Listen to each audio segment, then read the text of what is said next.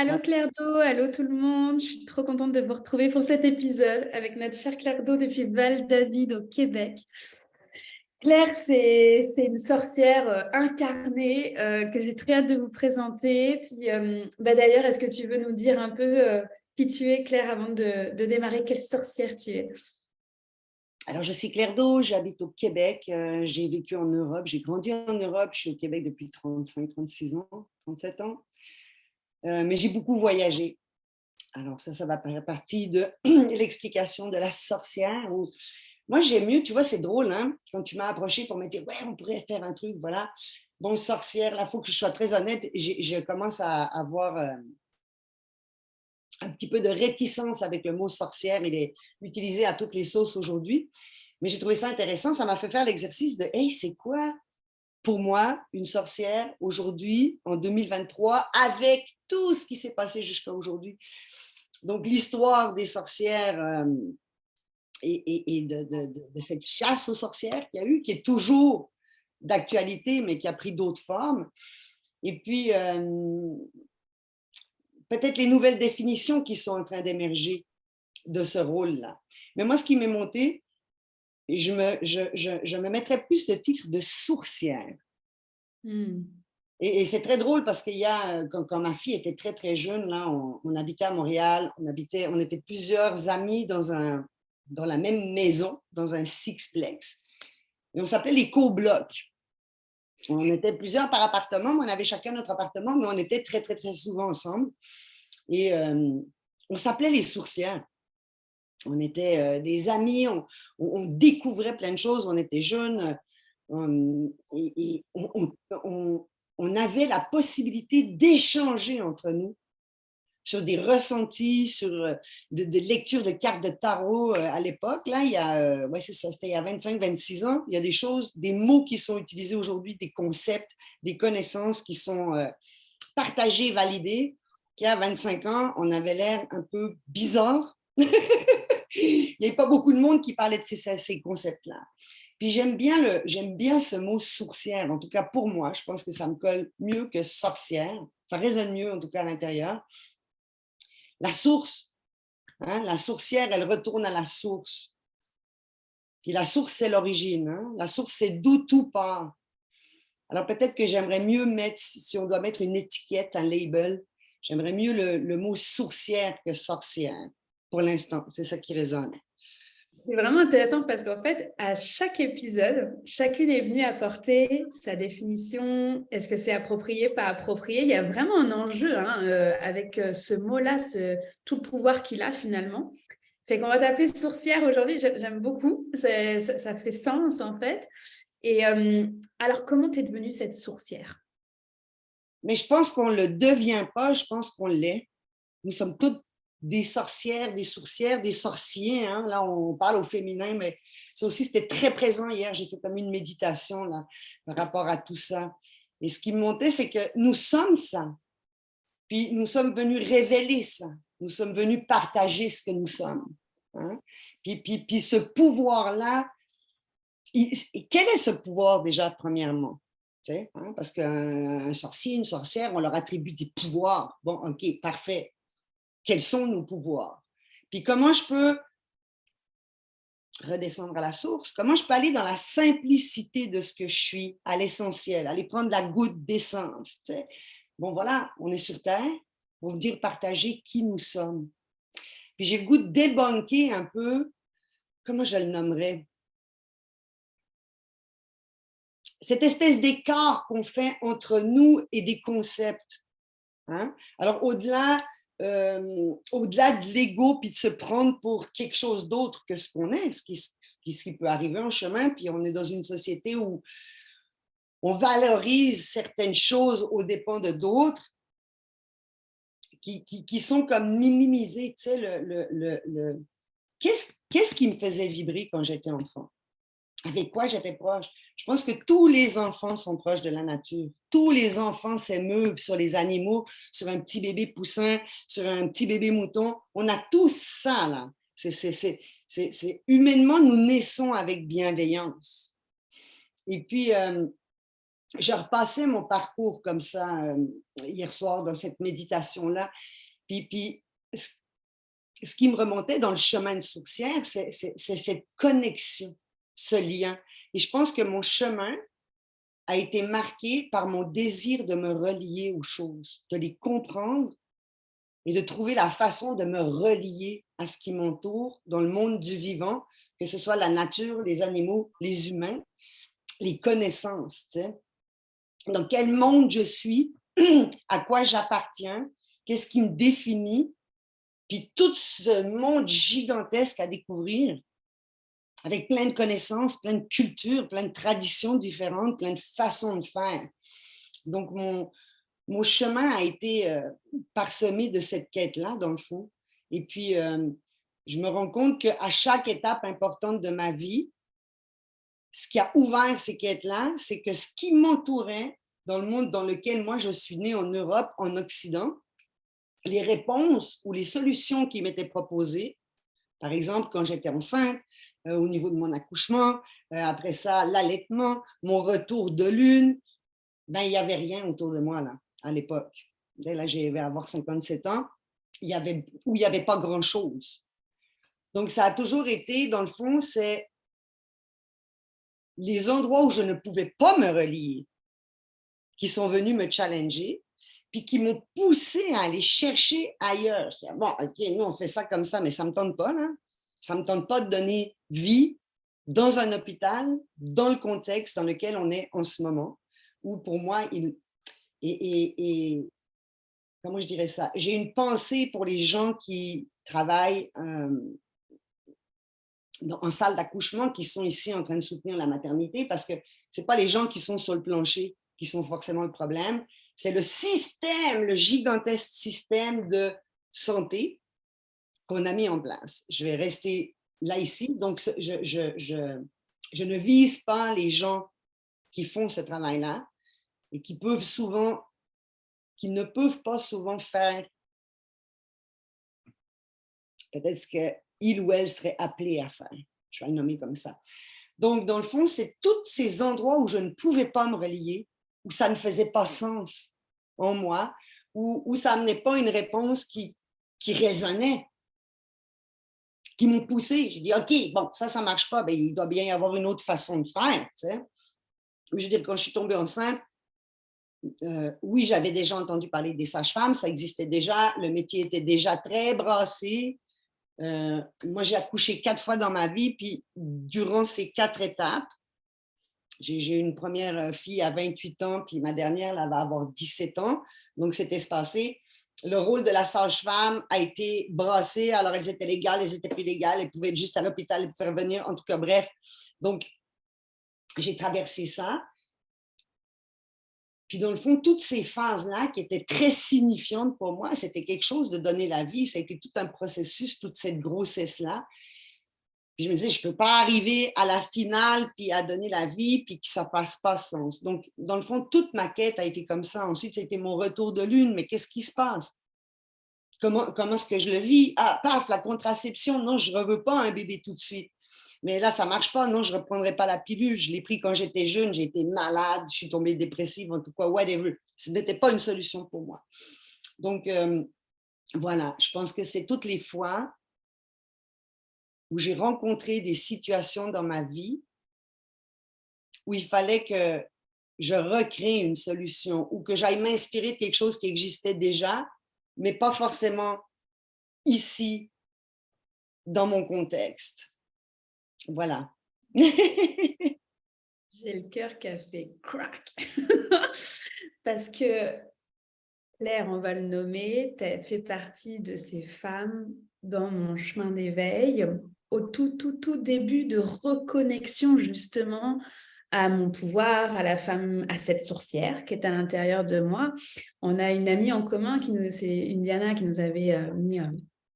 nos chemins se sont croisés et depuis, on ne s'est pas quittés, en fait, tu vois. Et je réalise que tu avais 20 ans quand je suis née, tu vois, on a 20 ans de différence. Donc moi, j'aime ça dire que tu fais partie de mes mères spirituelles sur mon chemin d'éveil, en fait. Et quand je t'entends, je me dis, mais elle est tellement là, ta mission, c'est cette reconnexion. En tout cas, tu l'as faite. Tu as été une de ces éclaireuses pour moi de tourner le regard non plus sur il faut faire ci, ça, ce que la société te dit, versus c'est mais qu'est-ce que ça te dit à l'intérieur, en fait? Tu vois, moi, c'était dans toute la reconstruction post-accouchement de ma première. Ça me touche parce que voilà, c'est quelque chose que j'ai vécu avec toi. Donc, toi, tu l'as vécu dans ton chemin à toi, mais j'avais envie de faire le miroir que bah, je suis certainement pas la seule d'ailleurs, à qui tu as permis ce chemin de reconnexion, en fait. Et depuis, c'est vrai que je suis une sourcière, une sorcière, une femme sauvage, ce qu'on veut. Là, on met des étiquettes, on met des mots, mais voilà, c'est pour moi, ouais, j'ai mon cœur qui a fait crack. Quand je suis comme, ok, on n'est pas sur le, on est ailleurs là déjà avec Claire. Puis, tu sais, c'est pas facile mine de rien ce chemin de tourner ce regard vers l'intérieur, de se défaire, tu sais, de ces carapaces, des éducations qu'on a pu recevoir aussi, puis de la pression sociale en fait qui est là aussi. Accoucher à la maison, ma dernière, enfin, c'est un chemin d'empuissancement quand même d'aller vers ce choix-là, de le faire, d'y aller quand même malgré les avis, etc. Fait qu'aujourd'hui, la sorcière que tu es, elle fait quoi dans la vie comment elle, tu sais, dans son quotidien, dans son monde professionnel, dans cette dualité entre l'humaine et la sorcière, comment tu l'amènes ta vie? Mais je pense qu'il n'y a plus de dualité, justement. En ce moment, je suis dans une phase de... Écoute, regarde, j'ai fait mon cercle le 21 décembre, mon cercle de Yule, l'ouverture de la porte du Nord. On a fait une cérémonie. L'hiver, hein, je fais juste un petit aparté pour les personnes qui ne connaissent pas la roue de médecine, mais l'hiver, c'est la saison du repos, c'est la saison où on rentre à l'intérieur, c'est la saison où on va infuser toutes les expériences qu'on a eues les 3 autres saisons. Il y a comme un reset. Il y a une mort spirituelle. Hein? On meurt là, à l'Halloween là, ou à la fête des morts, la Toussaint. Bon, il y a cette espèce de mort spirituelle où j'accepte de laisser aller.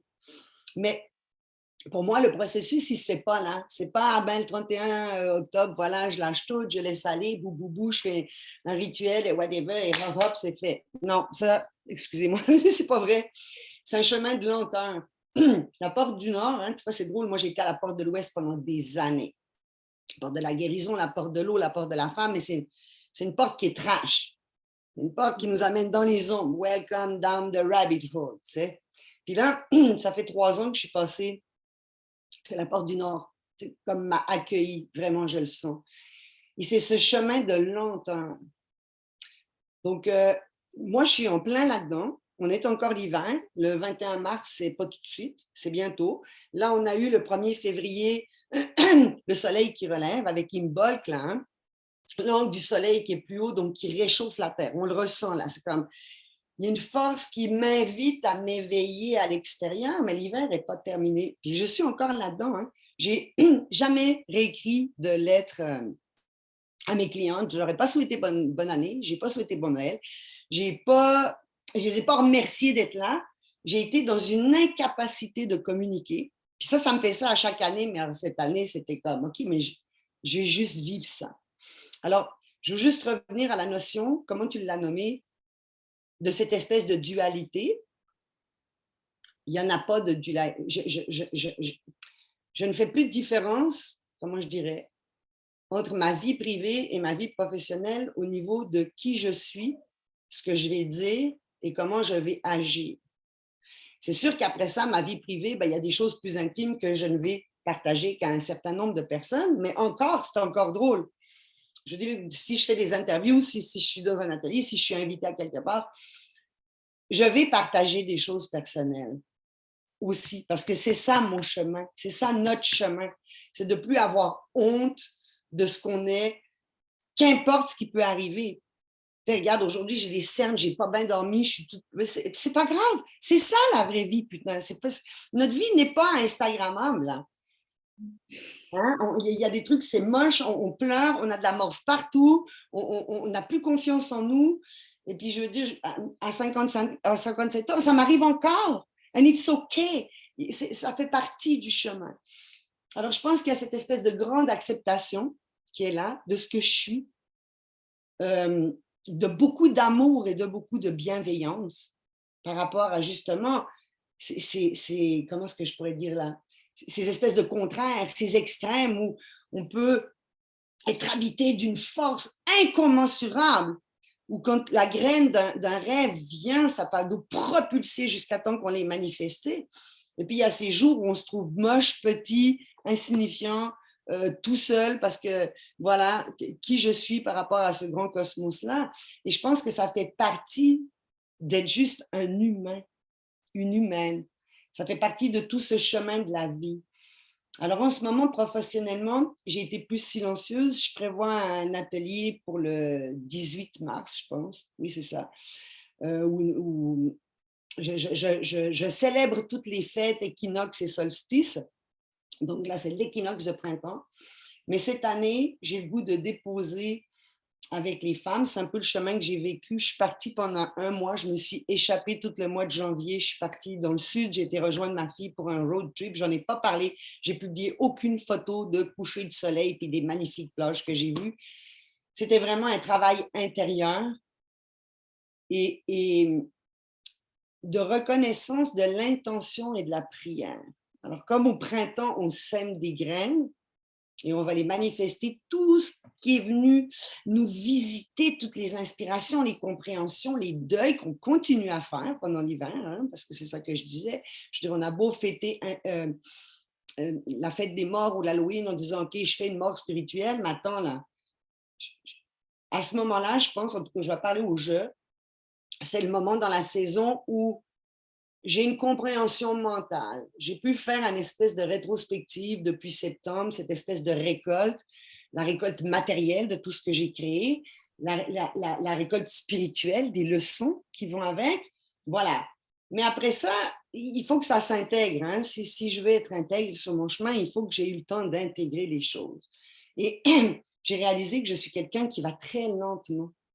Même si je suis très feu, puis je suis quelqu'un de très vite activé et tout ça, j'ai beaucoup d'énergie, mais le processus intérieur, donc je suis encore dans la digestion. J'ai fait aucun événement, j'ai des consultations, je fais des consultations individuelles et des soins qui sont plus en gynécologie holistique ou accompagner les femmes dans les différentes phases de leur vie. Alors ça, oui, mais des ateliers, des conférences, tout ça, j'ai tiré la plug, ça réouvre à partir du 18 mars. Et ensuite, j'ai aucune idée ce que je vais faire. J'ai le goût de faire des cercles avec les hommes, des cercles mixtes. C'est monté très, très fort pendant l'année 2022, mais je ne savais pas quelle forme ça allait prendre, tu sais. Mais j'ai ouvert au tout début, hein, c'est comme mon processus à moi, j'ai ouvert au tout début de ma pratique il y a 13 ans, c'était les femmes, c'était les cercles de femmes. J'avais créé des tentes rouges parce que I was craving to have this link avec mes sœurs, puis qu'on puisse débattre de tous ces sujets de nos transformations, de nos stades de vie, de nos relations en général. Puis après ça a été les tentes roses, parce que je me disais, j'ai fait les premières tentes roses au Québec il y a 8 ans, parce que je me disais, ouais, mais attends, là, le truc que j'entendais le plus et que j'ai vécu moi aussi, c'était comme comment ça qu'on ne m'a pas appris ça plus tôt. Donc bon, on va enseigner nos filles, faire des ateliers mère-fille. J'avais fait aussi des ateliers avec Mathieu Galland. J'avais été chercher Mathieu pour m'aider à animer des... Je faisais des espèces de tentes roses, tentes blanches dans les classes. Donc à un moment donné, on était tout le groupe ensemble, on séparait les jeunes filles des jeunes hommes, puis on se remettait ensemble à la fin. Pour que les jeunes hommes aussi... C'est un appel aux hommes, s'il vous plaît, on a besoin d'hommes, je sais qu'ils sont là, hein. On a besoin de modèles signifiants pour nos jeunes hommes. Mais ce qui est venu, je pense, en 2022, très, très fort, c'est voilà, comment nous allons nous reconnecter avec les hommes. Tu sais, là, la chute du patriarcat, voilà, on est tous au courant, bon, on le sait, c'est nécessaire, c'est douloureux, il faut repasser par tous ces souvenirs douloureux qui soient dans cette incarnation-ci ou dans les anciennes incarnations, que ce soit nous, que ce soit dans nos cellules, parce que ce sont nos ancêtres qui ont vécu ça. Mais vraiment, 2022, pour moi, était l'année où je me disais, OK, parfait, mais quel pas, maintenant, nous, en tant que femmes, nous allons faire vers l'homme? Comment est-ce qu'on va finir par se réunir? Parce que là, on est en train de tout débâtir un système, on est en train de tout jeter aux poubelles, on a pu s'exprimer, nos frustrations, nos douleurs, nos deuils, voilà, bon. Et puis, bon, mais ensuite, comment je me relie d'une nouvelle façon à l'homme? Comment est-ce qu'on va pouvoir collaborer ensemble pour ce nouveau monde qu'on est en train de porter, qu'on- auquel on est en train de donner naissance? Alors voilà, ça c'est la partie qui m'habite, de faire des groupes où on va pouvoir échanger ces choses-là, où on va pouvoir enseigner aux hommes aussi les cycles féminins pour qu'ils puissent comprendre la femme, qu'ils puissent comprendre leur partenaire ou leur collègue de travail ou whatever, leur maman. C'est toujours notre maman est un challenge pour tout le monde quand même. Hein. Souvent, une femme, pour les femmes, on a parlé de notre lien à la mère, mais je pense que l'homme aussi, le lien à la mère, puis comment, si on parle du patriarcat, moi j'ai un garçon, comment j'éduque ce futur homme-là et comment je l'accueille dans eux avec la marche est haute, là, tu sais. Je veux dire, ils ont hérité d'un truc, pas tous eux autres, là, tu sais, mais ils ont à dealer avec tous ces dégâts-là qui a été fait, toute cette perte de confiance ou toute cette colère qui est encore sous-jacente vis-à-vis de la jante masculine. Alors ça, c'est une chose qui m'appelle. C'est pas encore clair comment ça va se manifester. Je sais que ça va être des cercles, mais ça s'en vient. Donc, je suis encore en train de digérer un peu ça. Voilà. Et puis, pour revenir à ta... Oui.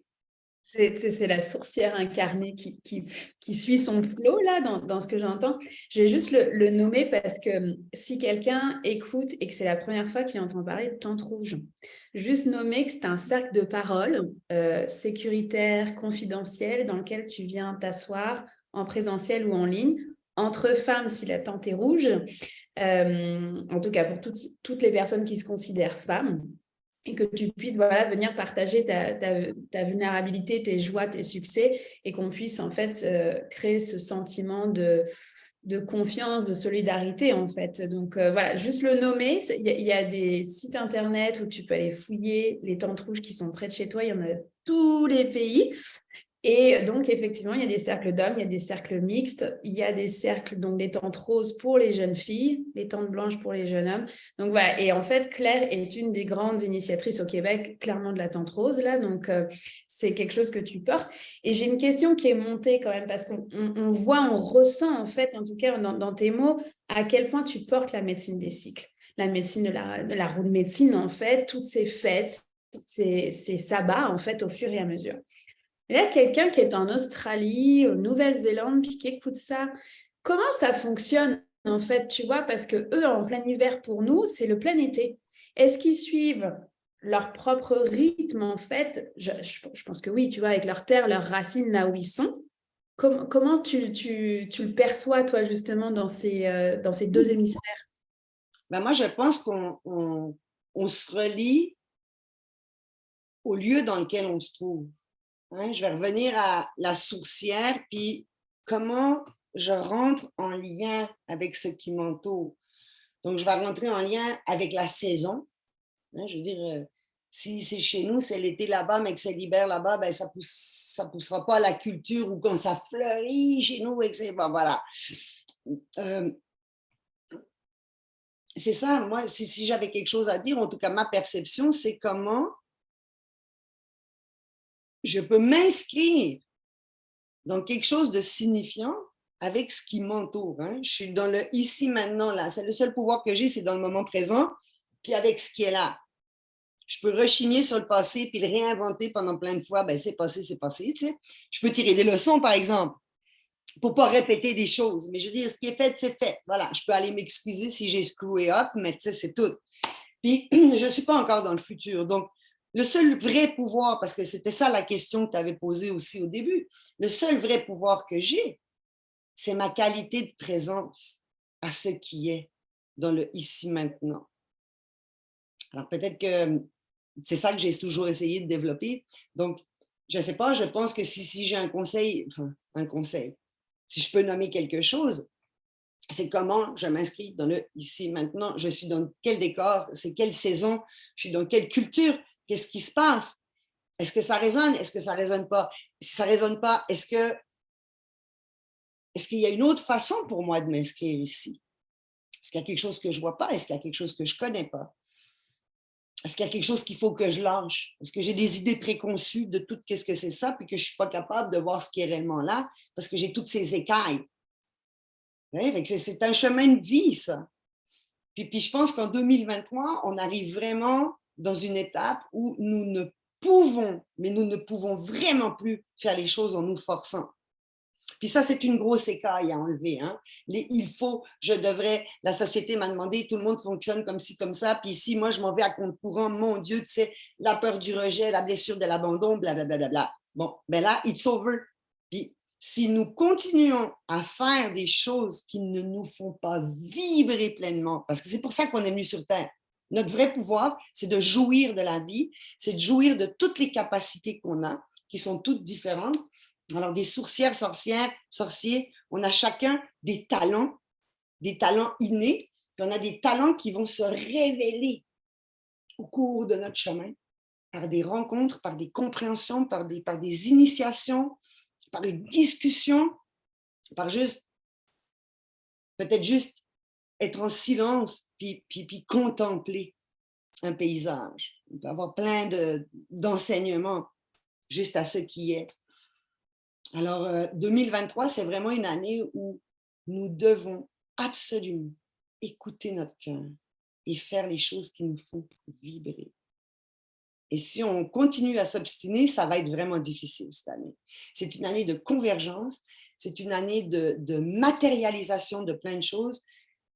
C'est comme si ça nous a poussé, hein, on le sait, là, depuis 2012 ou 2000 ou je ne sais pas quand, là, on est cosmiquement, on est dans une évolution, là, puis le mouvement est parti, puis il n'y a plus rien pour l'arrêter, là. Ça fait partie de l'histoire de l'humanité, qu'importe nos croyances, puis sur quelle philosophie on se base, il y a une évolution qui est à l'œuvre, tout le temps, une transformation. Puis on arrive à un point critique, là, où nous allons devoir choisir individuellement et consciemment, mais qu'est-ce que je suis venue foutre ici, t'sais, pour vrai, là? Est-ce que ma job, est-ce que mon couple, est-ce que mes relations, est-ce que ça me fait résonner vraiment? Puis si ça fait bof, ben c'est pas un oui. On veut des vrais oui, yes! T'sais. Là, c'est ça qui est ça. T'sais. Si ça fait oui, c'est un non, excuse-moi, bye. T'sais. Fait que, voilà. Justement, la Claire, tu vois, parce que je sais qu'on pourrait franchement passer 5 heures à faire cette entrevue tellement, voilà, c'est comme un câlin d'amour dans l'énergie, toi et moi. Tu sais, quelqu'un, là tu balances quand même quelques trucs où ça va déjà faire ouf! Comment les gens vont réceptionner ça? Ça serait quoi ton conseil là pour ces personnes en fait que tu découvres en fait ce monde de la sororité, que tu sois déjà bien avancé dans ton chemin spirituel, en fait, peu importe, pour moi, c'est un chemin d'éveil qui est là au quotidien, dans lequel tu grandis quotidiennement. Sinon, ça veut dire que on revient à l'humilité.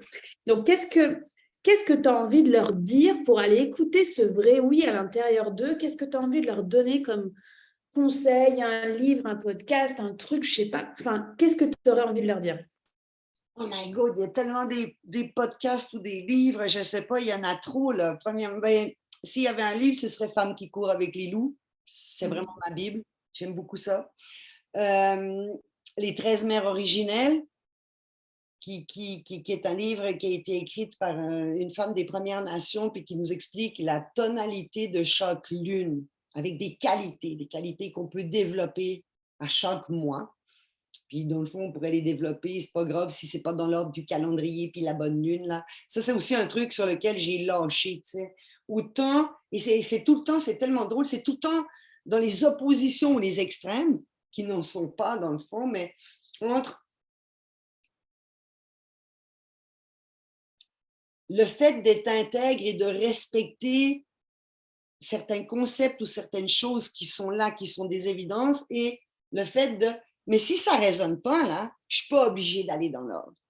Je peux pogner mon livre puis pas le lire dans le bon ordre, puis tout d'un coup, tu sais, moi, par exemple, ça fait 3 étés de suite que l'été, cet été, je me sentais en hiver. Je me suis sentie toute l'été 2022 dans une énergie beaucoup plus d'introspection, même si j'ai eu des... Tu sais, je fais des festivals, je fais des conférences, je fais des ateliers, je voyage avec, j'ai ma petite boutique pop-up dans ma van où je vends l'herboristerie que je fais. Bon, voilà.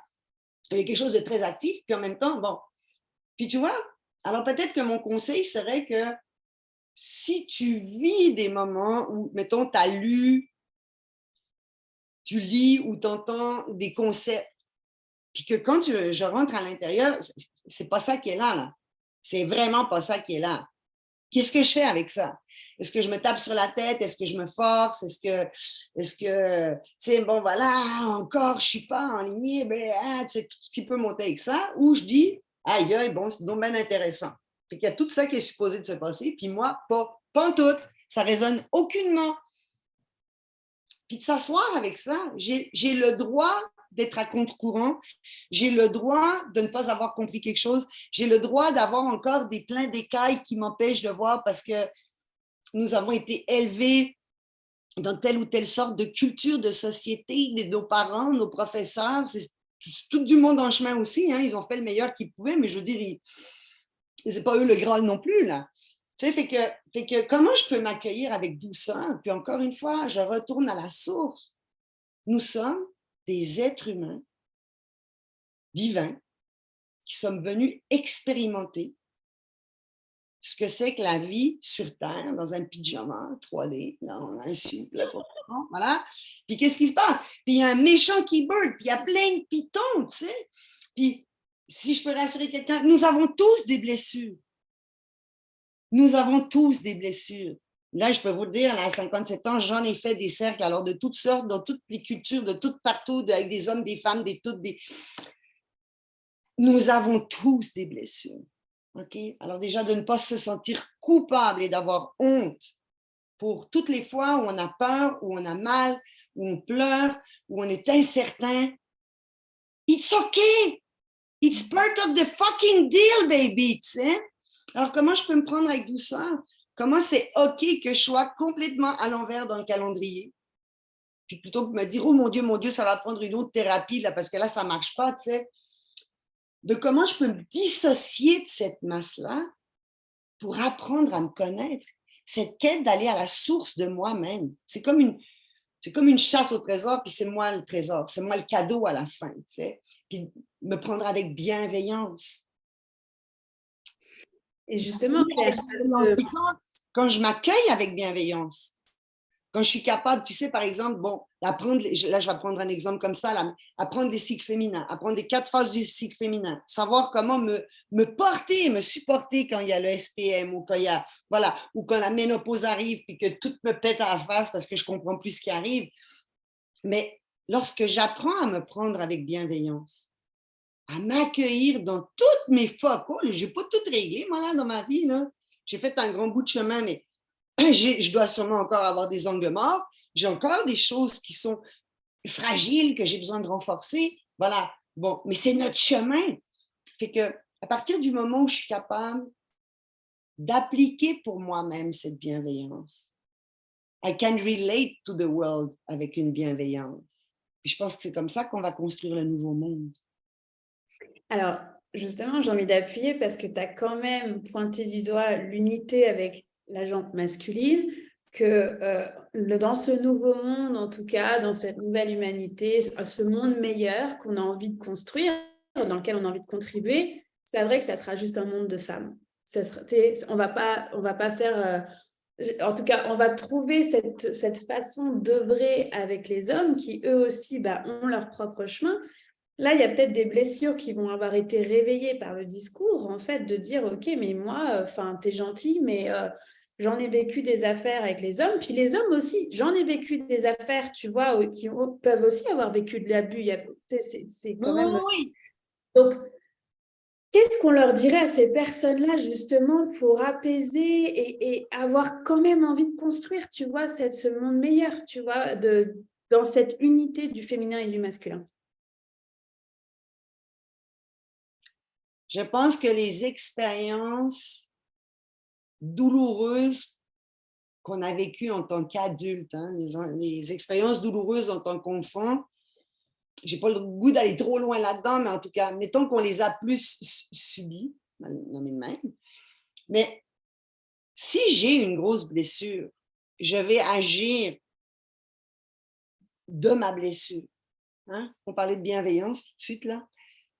quand je suis capable de mettre de la bienveillance en moi, envers moi-même, envers cette blessure, envers les choses que je n'ai pas su ou que je n'ai pas bien faites, je vais pouvoir ensuite offrir cette bienveillance à l'autre, que ce soit un homme ou une femme. Hein. Les histoires de couple, ce n'est pas juste des hommes et des femmes. Là.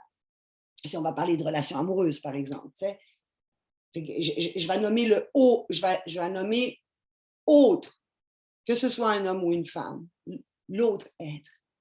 Comment, how I can relate to you. Mais comment je peux me relier à l'autre si je ne me relie pas à moi? Si je ne suis pas en lien avec moi-même. T'sais? Puis tantôt, tu me disais quel conseil je pourrais avoir. C'est vraiment, mais écoute-toi. J'ai découvert quelque chose pendant mon voyage, puis c'est cucu. Peut-être qu'il y a plein de monde qui ont découvert ça avant, puis moi, je n'avais juste pas allumé. Mais tu sais, en anglais, silent, S-I-L-E-N-T, c'est les mêmes lettres que listen, écoute, L-I-S-T-E-N. C'est les mêmes lettres qu'on a juste déplacées. Alors, c'est ça, je nous invite, parce que je suis dans le processus aussi, je nous invite à nous déposer le plus souvent possible en ce moment dans le silence et d'écouter, mais qu'est-ce qui est là?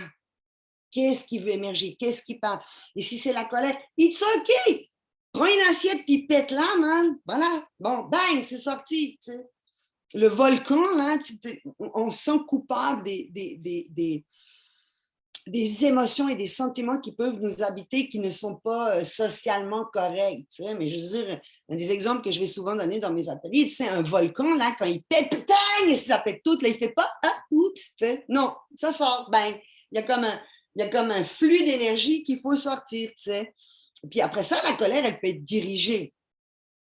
L'énergie de la colère, à un moment donné, on apprend à la diriger. Mais la première fois que je rencontre la colère, dans le sens où je ne vais pas essayer de la diminuer, puis d'avoir l'air d'une bonne fille ou d'un bon garçon, puis il ne faut pas dire ça, c'est bon. Mais la première fois où je la laisse là, sortir, qu'est-ce qui se passe? Qu'est-ce qui se passe, tu sais? C'est sûr, on ne va pas péter des colères pour être un danger pour les gens qui nous entourent. Je parle vis-à-vis de moi-même, là. Crier comme une folle dans le bois, là, jusqu'à ce qu'il n'y ait plus de son, là, une extinction de voix. Tout ce que je n'ai pas pu dire, ce que j'aurais voulu dire, ce que j'ai voulu hurler, ou toutes les fois où la peur m'a figé puis que ça ne peut pas sortir, bon, ben là, je sors. Et puis, qu'est-ce qui se passe après? Qu'est-ce qui se passe dans ce grand vide de toute cette charge énergétique-là qui a pu sortir? Qu'est-ce qu'il y a dessous? C'est de nous accueillir avec bienveillance.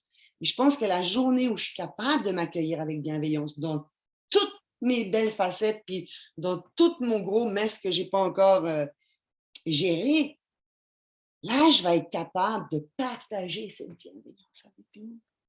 Je pense que 2023, autant est une année où nous allons tous nous rencontrer. Je pense que nos amis d'âme, si je peux les appeler comme ça, les êtres en ce moment sur la planète qui me ressentent et qui vibrent la même vibration que moi, nous commençons à nous... On commence à savoir. Puis ce n'est pas des gens forcément avec qui je vais devenir amie. Ce n'est pas des gens avec qui je vais faire des projets forcément. Je rencontre des gens, ça peut durer 10 minutes, 15 minutes la rencontre. Mais il y a comme une reconnaissance qui se fait, puis chacun repart de son côté, puis c'est juste bon de savoir qu'il y a une autre personne qui a la même vibration, puis qui diffuse un peu la même chose dans le monde. Donc, il y a cette rencontre-là. C'est un grand rendez-vous 2023. Mais je pense que pour être capable de faire ça, nous devons nous rencontrer nous-mêmes. Puis comme je disais tantôt, on ne pourra plus faire les choses qui font... Ça ne peut plus gricher, là, ça va sentir le caoutchouc brûlé. Là. Si tu appuies sur l'accélérateur puis il y a le bric à bras, là, ça pue. Tu ne peux pas être sur le frein à main puis appuyer sur l'accélérateur. C'est pénible. C'est pénible pour le système. T'sais. Fait que cette rencontre-là, cette bienveillance-là, cette écoute-là, je pense qu'en ce moment, on est tellement bombardé d'informations. Là. Ça, c'est partout, là. C'est tout le temps. Là. Juste la façon dont c'est présenté, là, les Instagram, puis tout ça pop tout le temps, il y a tout le temps. C'est étourdissant. Comment est-ce que je peux savoir qui je suis, puis fuck, qu'est-ce que j'ai le goût de faire, moi, dans la vie, là, si je suis tout le temps assaillie de toutes les pensées, les envies, les publicités, les machins. C'est tous les autres mondes, ça, c'est parfait, mais je vous aime, puis c'est parfait, puis chacun fait ce qu'il veut. Mais moi, qu'est-ce que j'ai le goût de faire, moi? Puis ça, on a tout ce pouvoir-là. Là. On est venu pour ça. C'est le cadeau. C'est le cadeau. Claire, je suis comme... Il y a une émotion parce que, en fait, je t'ai rencontrée en 2017 à la mort de notre fils, où justement, ça a été... Tu sais, j'étais dans le post-accouchement de ma première fille, plus la mort de notre fils, dans cette rencontre justement de moi-même, dans cette reconnexion à ma nature divine, en fait, et aussi dans ce chemin de dire, mais comment je peux aimer l'autre, même mes enfants, si je m'aime pas moi-même d'abord, en fait. Et ça avait été hyper déstabilisant, moi, 2017, c'est un avant et un après, en fait. Et quand je t'entends, je suis comme, mais c'était évident, j'étais prête pour te rencontrer, en fait, en 2017, j'aurais pas pu avant. Donc moi, j'ai envie de nommer que ceux et celles qui vont écouter cette vidéo, puis qui seront allés jusqu'au bout, c'est que c'est pas un hasard si vous avez rencontré Claire Do aujourd'hui. Et je vais conclure là-dessus, parce que franchement, c'est un bonheur aussi de voir toutes ces années qu'on a marché ensemble et qu'on marche encore ensemble dans cette reliance d'âme dont tu parles, en fait, tu vois, de savoir que chacune œuvre, en fait, et participe justement. Quand j'aime bien dire des fois, on est un atome dans l'univers. Oui, mais si l'atome, il prend sa place, puis qu'il contribue justement à ce monde meilleur, bah, si on est plusieurs atomes, ça sera différent, l'impact sera plus grand, en fait, à ce moment-là. Donc, mille merci, Claire, d'avoir été là. Je vais mettre tes coordonnées dans la description de la vidéo et puis n'hésitez pas à la contacter. Claire, elle voyage. Claire, elle est à Val-David, au Québec. Mais bon, tout ça, c'est pour moi, le lieu physique ne compte pas. Tu sais, c'est comme des rencontres comme on fait là aujourd'hui. Bah, merci à la technologie d'exister aussi. C'est aussi Je t'embrasse fort, je te fais un gros câlin dans l'énergie et je te dis à bientôt. Un gros merci, un gros bye-bye à tout le monde, puis bienveillance.